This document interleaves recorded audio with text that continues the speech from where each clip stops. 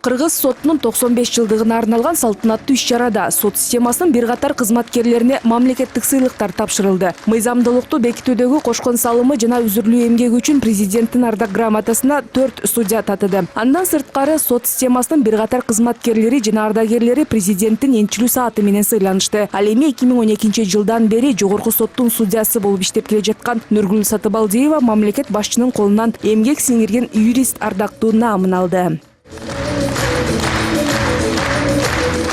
Кыргыз соту 1924 жылы түзүлгөн. Анда областык сот ишке кирип 23 участкалык судья иш алып барса, учурда өлкө боюнча алардын саны 500дөн ашат. Президент Сооронбай Жээнбеков өз сөзүндө сот реформасынын ишке ашырылбай артка жылдырылып келгени өлкөнүн өнүгүүсү үчүн тоскоолдуктардын бири болгонун, андыктан башталган реформаны аягына чыгаруу керектигин белгиледи. Албетте, соттор көз каранды эмес болушу зарыл. Башкалардын таасири менен туура эмес чечим чыгаруу мүмкүндүгүн жоюу керек. Бирок сот бийлигинин көз карандысыздыгын жеке судьянын өзүн билендиги деп түшүнүүгө болбойт.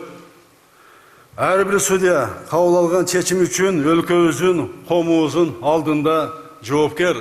Өлкө башчысынын айтымында сот реформасын ишке ашыруу үчүн мамлекет тарабынан жетиштүү каражат бөлүнүп, материалдык база жакшырууда. Бирок сот адилеттигинин сапатын жогорулатуу, сотторго болгон ишенимди күчөтүү иш-аракеттери өтө жай болуп жатат. Мындан улам президент судьяларды эски көз караштардан арылып, башталган реформаларды аягына чыгаруу үчүн Абийир сотунун алдында таза болууга чакырды. Мына ушул адам факты жоймоюнча биз канча каражат жумшабайлы, канча техника жаңылабайлы, канча алдыңкы технология киргизбейли, жердеги соттор өзүңөр Абийир менен иштемейинче бул сот реформасын игиликке бул жетишпейт.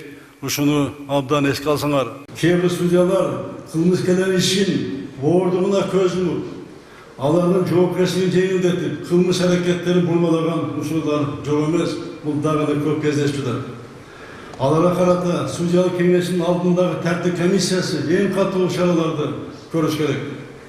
Мага берилген маалымат боюнча 2017-2019 жылдары тартип комиссиясы 190 судьяны тартип жоопкерчиликке тартуу жөнүндө чечим кабыл алган.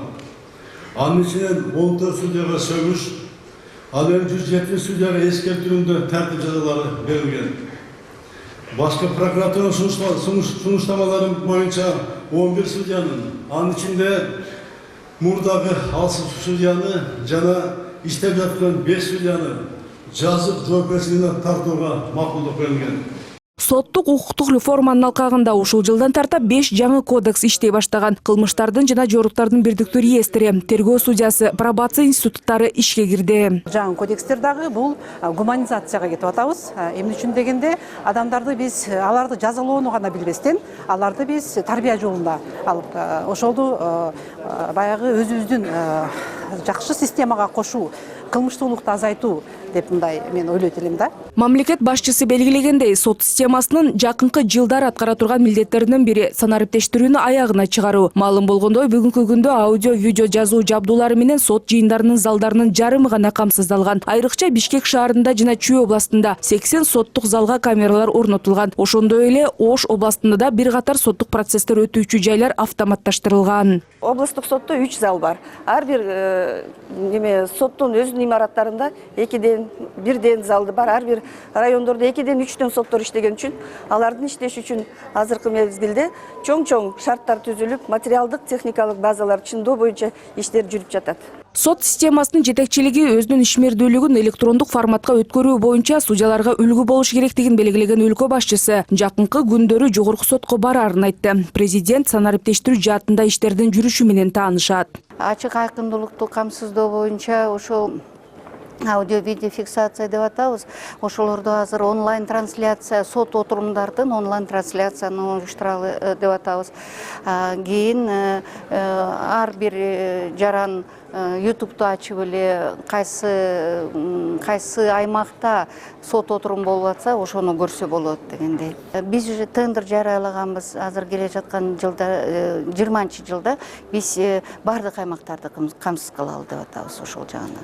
Эскерте кетсек, былтыр сот тармагына 1 миллиард 600 миллион сом бөлүнгөн. Быйыл болсо бул сумма 2 миллиардтан ашып, бюджети 35%га көбөйгөн. Рахат Жаныбекова, Нурбек Капаров, НТС.